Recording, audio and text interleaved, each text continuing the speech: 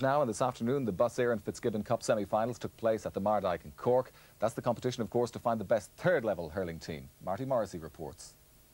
University College Cork are the hosts for this weekend's Fitzgibbon Cup Championship. Ironically, the cup was presented in 1912 by the then president of the UCC hurling club, Father Edwin Fitzgibbon. And since that time, the college has dominated the competition. Despite the silverware being 75 years old, it has remained in excellent condition and was recently valued at £25,000.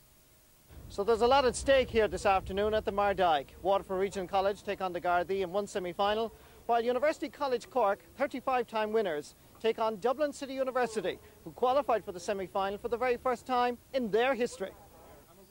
The DCU players were a little nervous in the dressing room beforehand, but obviously full of determination to do well.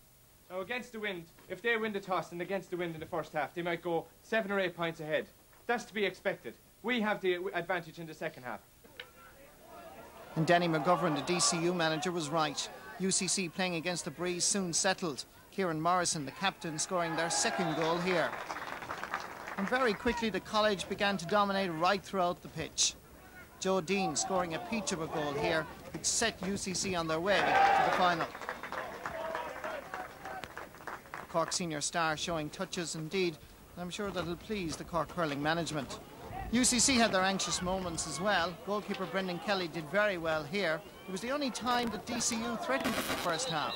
Referee Dickie Murphy from Wexford blew the whistle and gave a free.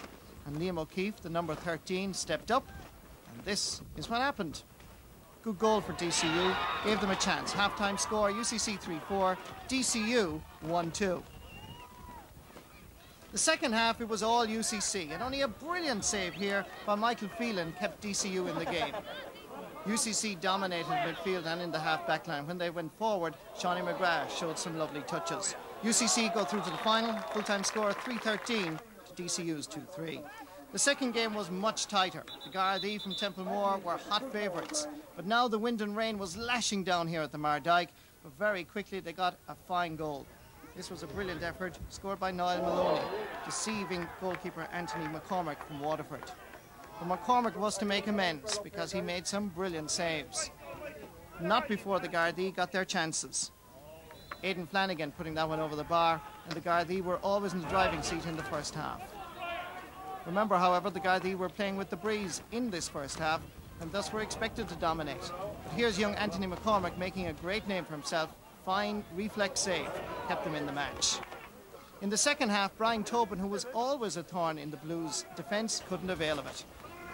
Colm Cassidy was at the end here to score a fine point, one of several points in the second half scored by the Waterford College.